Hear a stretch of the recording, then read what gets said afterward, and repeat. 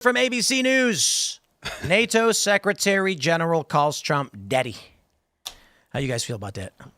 I think it's a boonies marketing opportunity. I think it was a boonies. Daddy Trump. According to the Hill headline later today, NATO chief clarifies Trump comments. I didn't call him daddy. Oh, he did. And I know, which is really weird. I feel, look, Deborah Haynes from Sky News.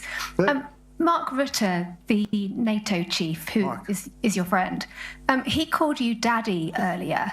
Look at Rubio. Do you regard your NATO allies as kind of children? No, he likes me. I think he likes me. If he doesn't, I'll let you know. I'll come back and I'll hit him hard, okay? He did it very affectionate. Daddy, you're my daddy. Do you regard your NATO allies, though, as kind of like children, and they're obviously listening to you and they're spending more, and you're obviously appreciative of that. But do you hope that actually they're going to be able to defend themselves, defend Europe on their own? Well, it was a terrible question, but I'm glad she asked it because, look, it's a stupid question to ask Trump. Do you view the NATO countries as children? No, he doesn't. He views them as nations and of varying size and influence that he's negotiating with. He got them all to pay their fair share, the 5%, and he got Iran and Israel to stop bombing each other. And so the NATO chief said, daddy sometimes has to use strong language. And then everyone laughed, and they were like, did he just call him daddy? And now he's trying to deny it because, it's kind of gay. This is the zestiest foreign visit in recent memory. It's worth noting that there's a lot of things that Democrats and Biden and previous administrations had said, oh, these things we can't do. You can't do this. You can't do that. Whether or not they actually tried, I don't know. But Donald Trump has made it perfectly clear that you can just do things as the president. The president has immense power. The president has immense influence. And when he says, we're going to do this, and everyone gets all up in arms, you give it a week, and it turns out, oh, he actually did. Everybody that was freaking out kind of calmed down. I honestly think that he's going to get most of NATO up to 5%. I can't wait to hopefully there is video of when Trump goes to Spain and actually does the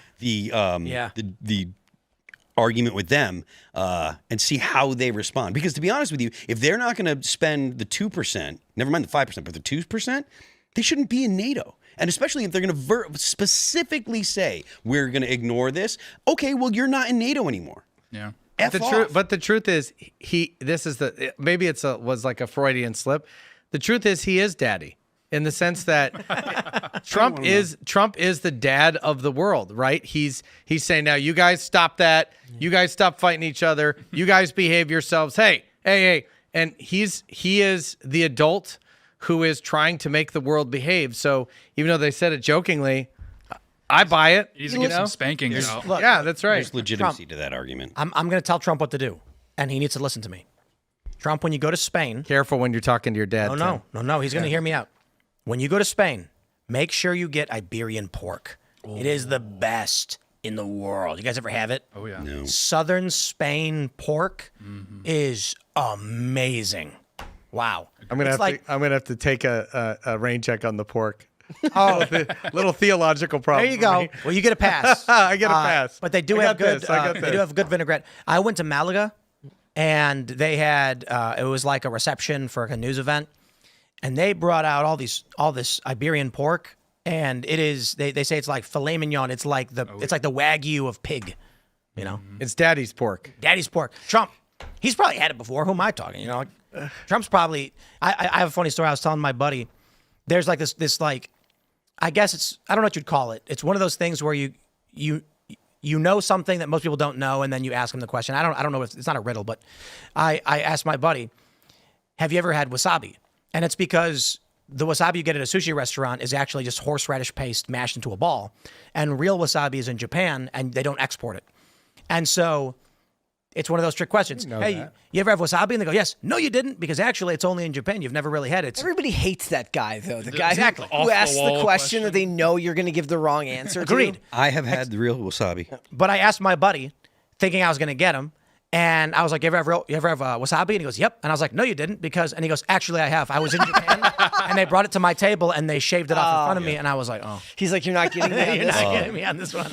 See, I think the guy probably, like, after he said daddy, probably's like, why didn't I just say father? It would have been like, I got zesty for a minute. I should have just said father. It would have hit just as hard. Let me pull the clip up, though, so you can actually hear him. I want to see Tim Pool, Who's Your Daddy t-shirts. That's what I want to see. Well, I'm wondering, like, in these negotiation rooms, if they're like, oh, daddy's angry. Now they are. Now they are. I mean, Zelensky wore a suit, so clearly he knows daddy's home. Yeah. That's right. Yup. Here you go. Listen to this. Even though you need them. They're not going to be fighting each other. They've had it. They've had a big fight, like two kids in a schoolyard. You know, they fight like hell.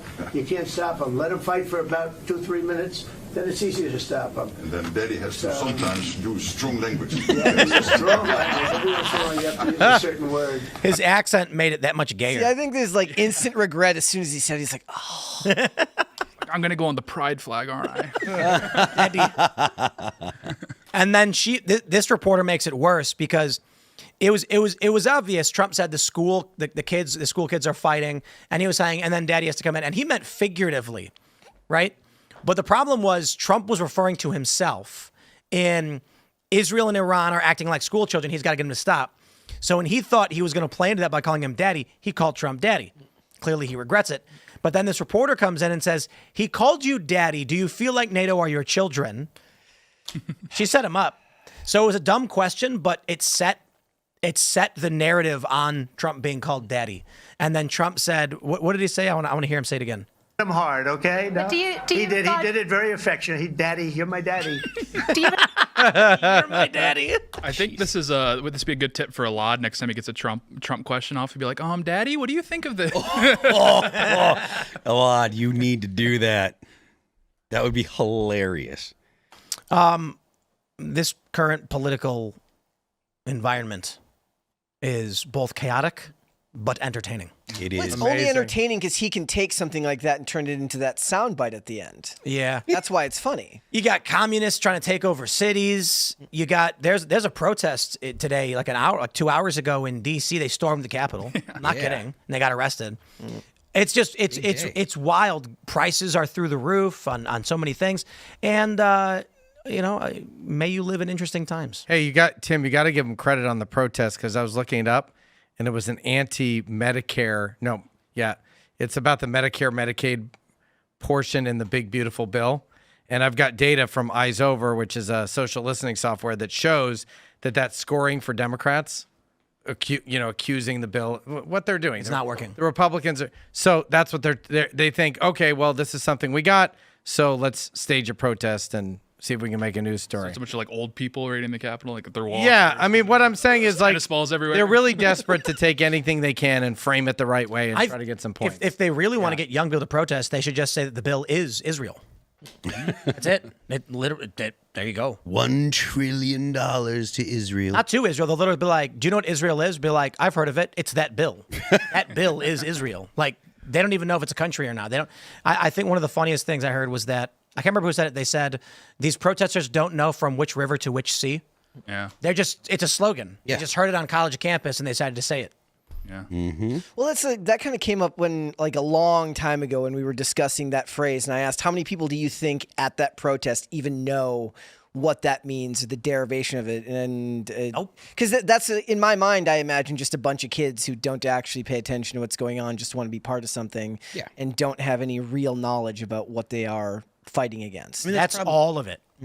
Like, I actually saw somebody on Instagram unironically use the word Wimixin. Oh, God. Womxn. I like it when they use folks with an X. Wimixin is the trans-friendly word for women. Mm-hmm. Because you put the X in the word, and that means trans, I guess. So Wimixin means women and trans women. You're like mixing, is the mix, like you're mixing women and trans? Womxn. It takes the man out. Yeah. Wimixin.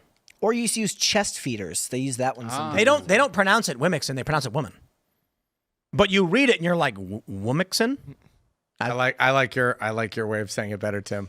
Well, how am I supposed to describe what it is unless I actually if I said I saw someone unironically put the word woman in their profile, people would be like, "What do you mean?" No. Okay. Well, It doesn't explain anything. They did the same thing with Latinx because they didn't want to use the derivation between Latina and Latino. Oh, I've been using it pretty heavily because I want Shine Bomb to calm down there. So I'm like, I'm just going to keep reiterating it over and over again.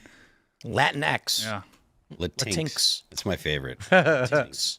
It reminds me of that what Winx Club. That's that fairy kids show with the fairies. Don't know. I know what it is. I've never seen it. Me neither. The NATO secretary loves that show. That's the correlation. Like when you call someone Latinx, I'm imagining like, like a migrant day laborer with fairy wings flying around. There's a show to be made there somehow. Latinx Club. Like, there's Home Depots around here. We could go film it ourselves. They're illegal immigrant day laborer fairies that are at Home Depot, and they help you finish the work at your home. Like, and it gets done really fast because they use magic. Their wand is just a tape measure. Starring Gavin Newsom. Thanks for checking out this clip from Timcast IRL. Make sure to watch the show live Monday through Friday at 8 p.m. Subscribe to this channel, and we will see you all there.